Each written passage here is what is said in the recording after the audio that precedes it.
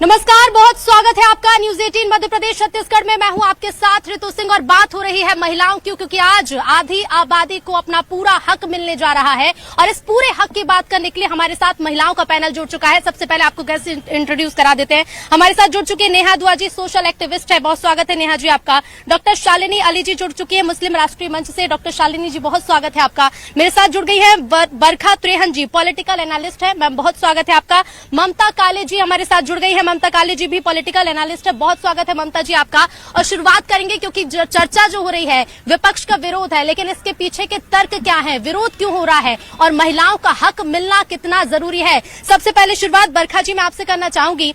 महिलाओं के हक की बात हो रही है, विपक्ष के अपने तर्क हैं। विपक्ष का कहना है कि सरकार भले ही कह रही है कि उसका मंशा साफ है, लेकिन इसी मंशा पर हमको शंका है, क्योंकि इसी के जरिए जो है परिसीमन की कोशिश की जा रही है गलत तरीके से।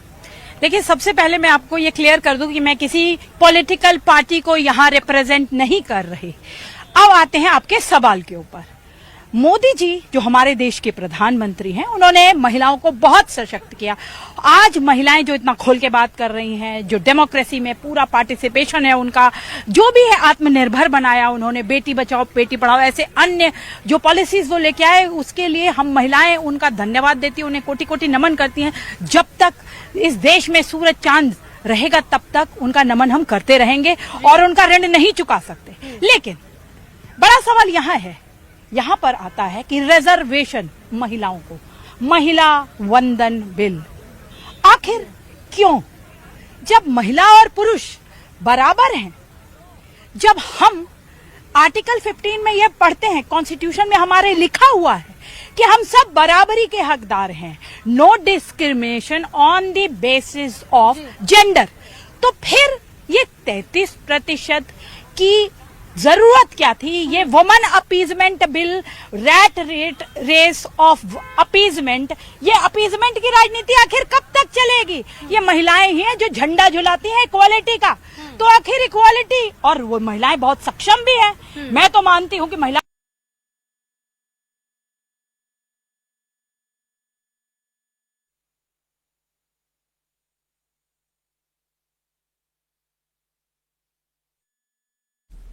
तो महिला आरक्षण या महिला आरक्षण को लेकर के जो चर्चा चल रही है, इस पर एक विशेष बहस पैनल के माध्यम से भी की जा रही है और लगातार इससे जुड़ी हुई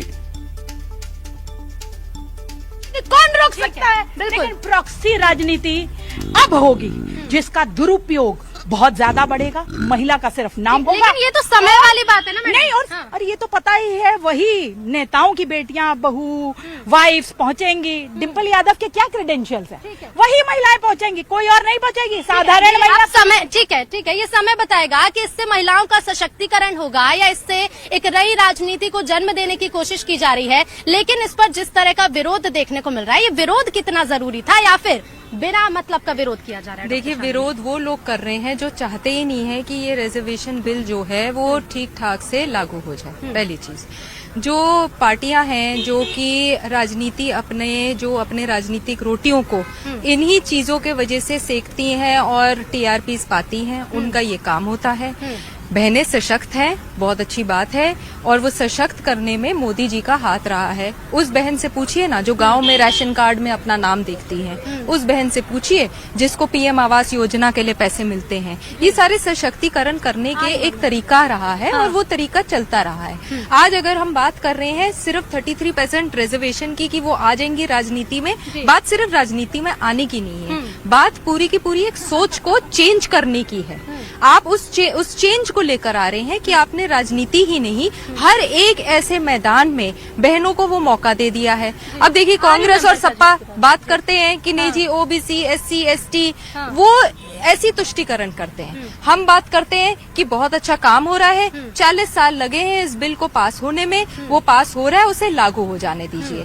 भूल जाइए कौन से राजनीतिक दल की कौन सी बेटी आ जाएगी। कांग्रेस पार्टी की जो बेटी हैं प्रियंका गांधी जी, वही आगे तक नहीं बढ़ पाई हैं। वो बात कर रही है, हमारी जो को पैनलिस्ट है वो कह रही है बहनें सशक्त है। मैंने भी यही कहा, सशक्त है। सशक्तिकरण तो वहाँ भी दिखाई देता है। डॉक्टर शालिनी जी और बरखा जी, सशक्तिकरण जी, मैं आऊंगी आपके पास, आऊंगी। हाँ जी, बताइए। इनका रिबटल है मैडम। आज हमारी महिलाएं रॉकेट उड़ा रही हैं, बड़ी बड़ी साइंटिस्ट हैं, वैक्सीन बना रही हैं, हर काम कर रही हैं, रॉकेट चला रही हैं, देश भी चला रही हैं ऐसी कुछ महिलाएं, लेकिन वो बेचारी अपने आप वहां नहीं पहुंच पाएंगी, इसलिए 33%। लेकिन इसमें एक लाइन का जवाब ये भी ले लीजिए बरखा जी, एक लाइन का जवाब ये भी है कि महिलाएं वो भी हैं जो सरपंच बनकर तो बैठी है, लेकिन सरपंच का काम उनके पति करते हैं। क्या कहेंगे नेहा जी?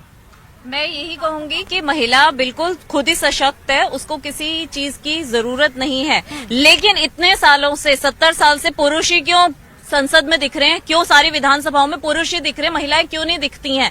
तो महिलाओं को उनका अगर हक मिल रहा है तो किसी को भी प्रॉब्लम होनी नहीं चाहिए। उल्टा हर महिला को तो खुशी खुशी कहना चाहिए कि रिजर्वेशन अगर 33% है तो ये मिलना चाहिए। क्यों? क्योंकि कई बातें बोली जाती हैं कि पुरुषों के वही बहुएं आएंगी राजनीति में या उनकी बेटियां आएंगी।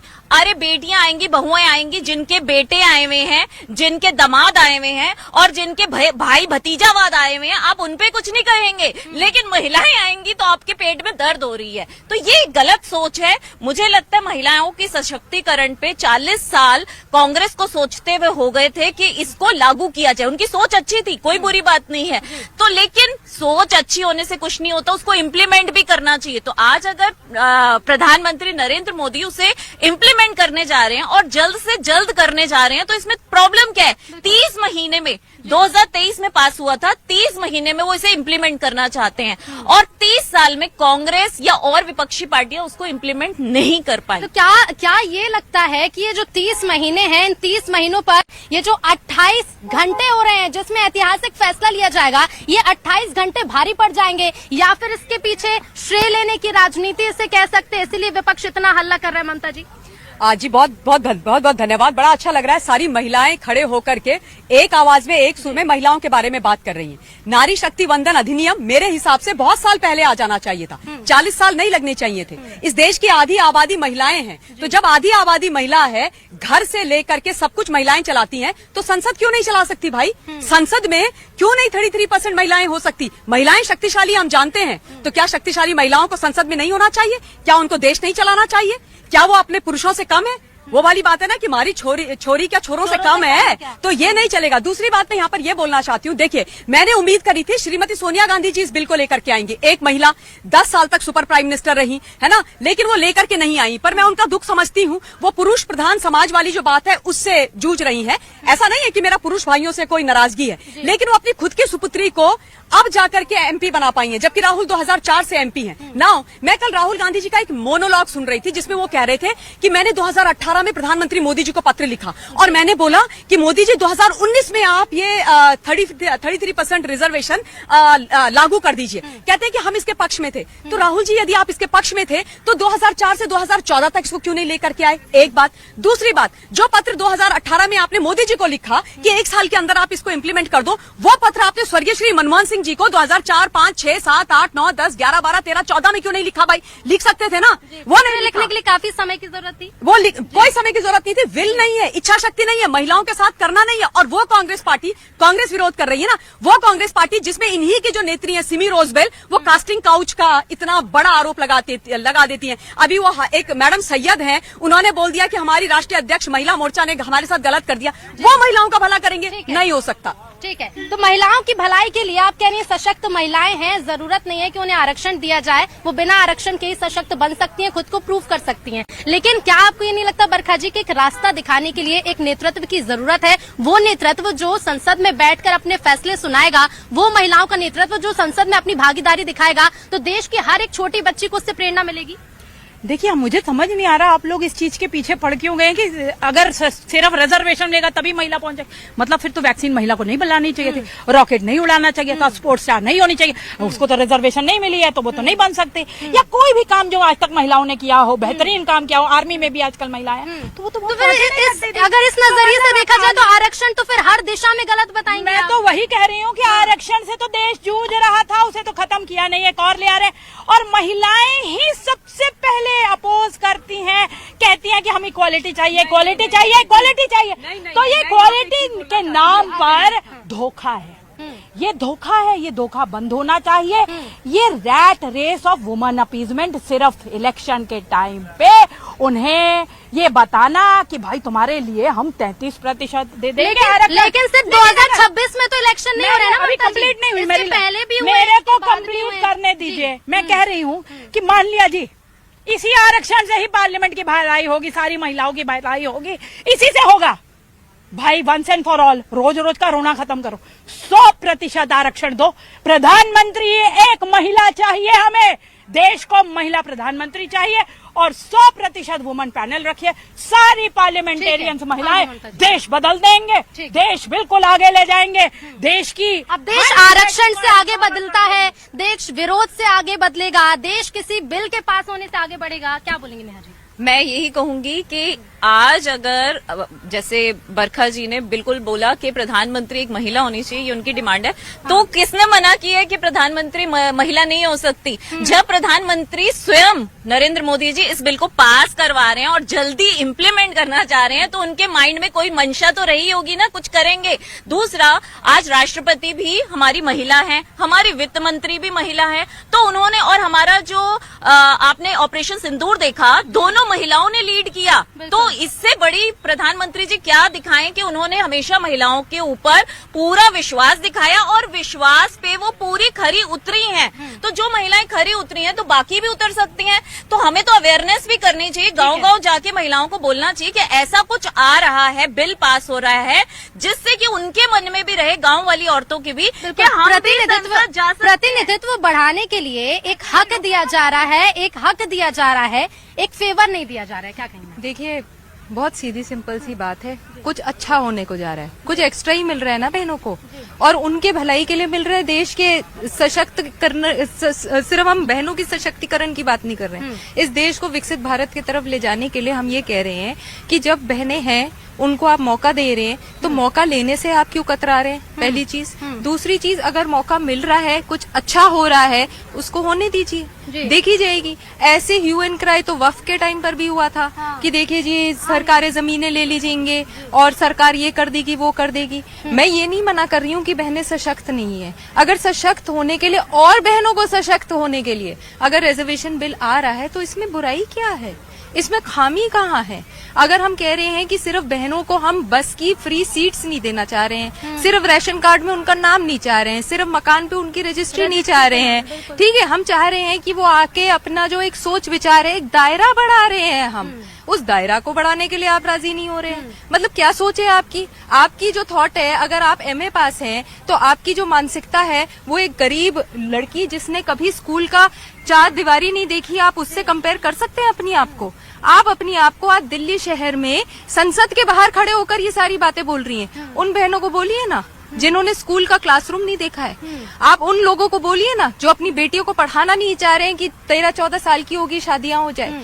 आप कहाँ की बात कहाँ लेकर जा रहे हैं? तो संसद से कुल मिलाकर एक एग्जाम्पल सेट करने की कोशिश है जो गांव-गांव तक, हर एक उस बच्ची तक और हर एक उस परिवार तक पहुंच सके जहां की महिलाएं आज भी सशक्त नहीं हो पाई हैं। बरखा जी कह रहे हैं कि सशक्तिकरण के लिए आरक्षण की जरूरत नहीं है, लेकिन महिला आरक्षण की आड़ में परिसीमन को लेकर सवाल उठ रहे हैं। विपक्ष का कहना है कि हम महिला आरक्षण के विरोध में नहीं है, हमारा विरोध है परिसीमन गलत तरीके से हो रहा है। देखिए, परिसीमन तो बहाना है, महिलाओं का सशक्तिकरण निशाना है। 100 बात की एक बात है। दूसरी एक महत्वपूर्ण बात मैं बोलना चाहती हूँ, जब भी देश के आदरणीय प्रधानमंत्री मोदी जी महिलाओं के भाई अभिभावक बनके महिलाओं के लिए कुछ अच्छा करते हैं, तो कुछ लोगों को तकलीफ क्यों होती है? मुझे अभी तक याद है जब खाते खोलने की बात आई थी जनधन योजना में, तब यह बोला गया कि जितनी भी महिलाएं हैं गांव-गांव में, है ना, उनके खाते खोले जाएं। तो याद है मुझे, ऐसे ही अर्थ का अनर्थ करने वालों ने चैनल पर आकर के बोला महिलाओं के खाते, गरीब अनपढ़ महिलाओं के खाते, जिन्होंने आज तक बैंक का मुंह नहीं देखा, जिनको कुछ आता नहीं है, उनके खाते खोलोगे? जो कमाती नहीं है उनके खाते खोलोगे? क्या करोगे खाते खोल के?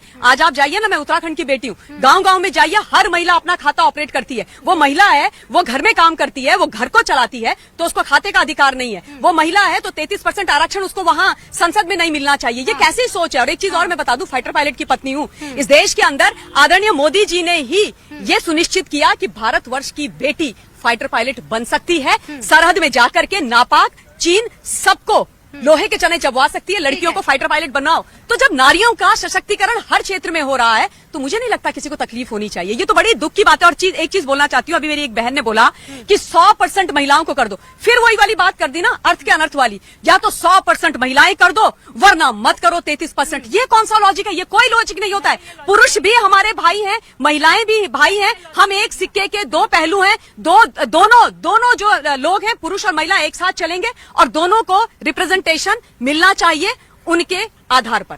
जी बरखा जी, मैं ममता दीदी की इस बात से बिल्कुल सहमत हूँ कि पुरुष और बहन दोनों एक साथ चलेंगे, बिल्कुल चलेंगे। तो फिर डिस्क्रिमिनेशन किस बात का? महिलाएं भी जाएं, पुरुष भी जाएं, ग्राउंड पे काम करो और पहुंचो पार्लियामेंट। किसने रोका है? तुम्हें रॉकेट चलाने से किसी ने नहीं रोका, तुम्हें स्पोर्ट्स में जाने के किसी ने नहीं रोका, डॉक्टर, इंजीनियर, सीईओ बनने से किसी ने नहीं रोका। तो यहाँ किसने रोक दिया आपको जाने? ग्राउंड में काम करो। जब तुम काम करोगे, देखिए मैं बोल रही हूँ ना, दिल में लहट के दर है। अरे तो फिर मेरे को तो रिबटल, रिएक्शन लेने भी आ रही हूँ मैं। आप रिबटल मेरे को जब नहीं दे रहे नहीं बरखा तो जी, फिर आपको पर्याप्त समय दिया गया, आप अपनी बात। तो मैं ये कह रही हूँ कि उनके अंदर बहुत, आप नकारा न समझे महिलाओं को, बहुत योग्य है हमारी महिलाएं, अपने आप पहुंचेंगी, पहुंच के दिखाएंगी। इंदिरा गांधी। तो ऐसे में फिर अभी तक महिलाओं के हित में मेरा सवाल तो उठेगा ना मैम, मेरा सवाल उठेगा कि अभी तक महिलाओं के हित में जितने भी फैसले लिए गए, जितने भी कानून लाए गए, तो क्या वो लाना जरूरी नहीं था? सशक्त महिला खुद हो जाए, महिला कानून का भी सहारा ना ले, महिला अपने हक की बात भी ना करे, महिला सिर्फ इंतजार कर ले कि चलो जो होगा समय पर देखा जाए। आपको थोड़ा अपडेट कर दूं, इस देश में सभी कानून, सभी, एक आधा नहीं, सभी कानून महिलाओं के फेवर में ही है। रही बात इंदिरा गांधी, उसे फेवर नहीं, मैं अगर आप मुझे अपडेट करिए, मैं भी आपको अपडेट करूं, उसे हक कहा जाता है, उसे फेवर नहीं कहा जाता। तो हक कहो तो उन्हीं के हक में है, तो और डिस्क्रिमिनेशन क्यों करेंगे जब उनके लिए तो है ही नहीं।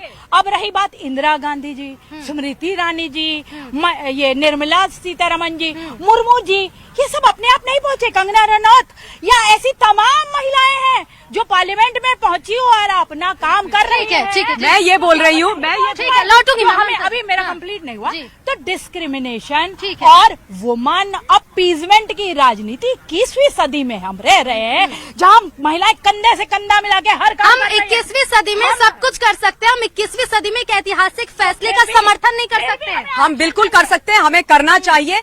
इस भारतवर्ष में एक पुरुष प्रधानमंत्री जी आए हैं, वो महिलाओं के बारे में सोच रहे हैं। इससे बड़ा सौभाग्य क्या होगा भाई? मोदी जी हैं तो मुमकिन है, हम सब मोदी जी के साथ हैं। और एक चीज और बोलना चाहती हूँ मैं कि भाई 33% आरक्षण से मैं चाहती हूँ कि और इंदिरा जी और प्रियंका और निर्मला सीतारमण जी और कंगना जी, ये ऐसी महिलाएं संसद में पहुंचे और अच्छी तरीके से अपना विचार रखें। तो इसमें बुराई क्या है? मैं चाहती हूँ कि मेरिट पे हर महिला वहाँ पहुँचे, मेरिट पे पहुँचे हर हालत में। सिर्फ मेरिट पे महिलाएं, आप स्कूलों के जब रिजल्ट देखेंगे ना, जो महिलाएं सशक्त हो रही हैं देश की, छोटी छोटी बच्चियां जो रिजल्ट में अव्वल आ रही हैं, वो दिखा रही हैं कि हम सशक्त हो चुके हैं। लेकिन अब उन्हें जरूरत है कि वो संसद जैसी जगह पर अपनी भागीदारी बढ़ाएं। मैं यही कह रही हूँ, इसका मतलब कि उनको विश्वास नहीं कि महिलाएं उतनी काबिल हैं, वो मेरिट पे जा सकें। अरे 30-30 साल लग जाते हैं। आप देखिए, महिलाएं नीचे से स्टार्ट करती हैं राजनीति में, मंडल अध्यक्ष से ऊपर, आज ऊपर आती हैं प्रधानमंत्री जी के शासनकाल में। उससे पहले मंडल अध्यक्ष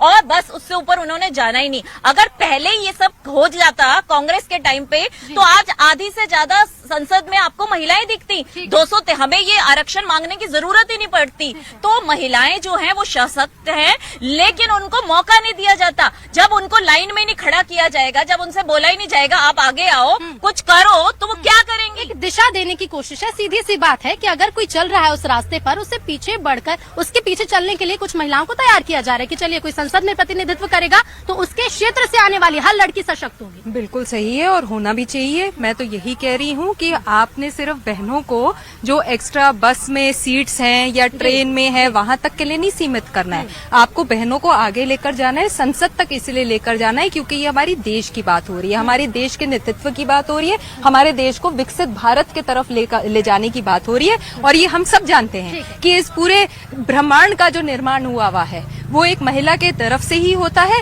आज वो मौका आ गया है, उसको वो एक गिफ्ट के तौर पे मिल रहा है, मिलना चाहिए और उसका उपयोग करना चाहिए। बिल्कुल। और अब देखना होगा कि क्योंकि ये ऐतिहासिक घंटे होने वाले हैं, 28 घंटे जिसमें संसद में चर्चा की जाएगी इन 3 बिल को लेकर। लेकिन क्या ये नई राजनीति को जन्म देगा, क्या ये विरोध बढ़ता जाएगा या फिर इस बिल का समर्थन बढ़ेगा, ये देखना होगा। नमस्कार।